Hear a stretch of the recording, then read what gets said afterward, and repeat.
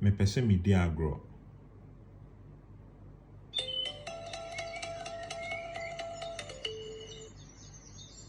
Onia katawanite. Openi makatati. Okatate ya no unu dian. Me hu hwe. Openi ne se ye na ya ye nso daye. Okoton wa anoma. Me da ase. Ukokuru bi so na ehofo ye nkwasiafo a sabi ye ho kwasia bi na odane anyansafo a wadane bi. Openi ebe yi ekresen. Ekrese nipa nyina dane mo a dane hu bi. Ente saa wadane wi a obeye wo. Humeni suma minti na atwemienu nam. Yo kose nkumkuru na nso adwodwo ya no. Onipa eni monyam te se kosia se wenso mu yie na efrihwe a na abo. Ye chen monyam na wanya bia enim guase ba enka obi. Ekresen.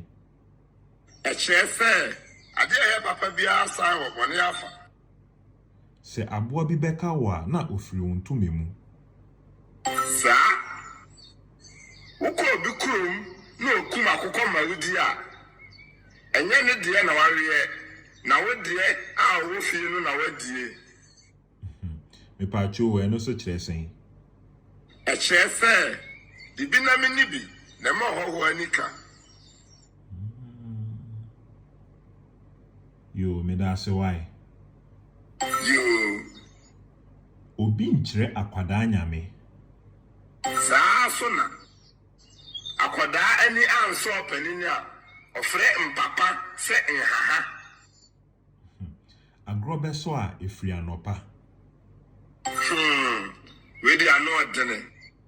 Ukoto se obi ne oyire gina kokuma a nkase wontumi mpe no efiri se sabi won kote ne etwe no enifie no waseda akofa aba. Hey. Ofro dua pa na ye pia o. Piao. Wako shimase. Wale shima die. Wan shimbi. Uko shidi ma. Wale shura die no. Eho na wako pa die shim.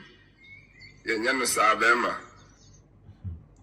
Abofra bo nwa na ommo achichidie. Saa so na. Uko to se akwade etu opanine fo. Na se de oti afutu ni nya oyarefo a no oye panini hiani. Achia na muye esuna bebu nyina. Wonko didi a sabi wonko ne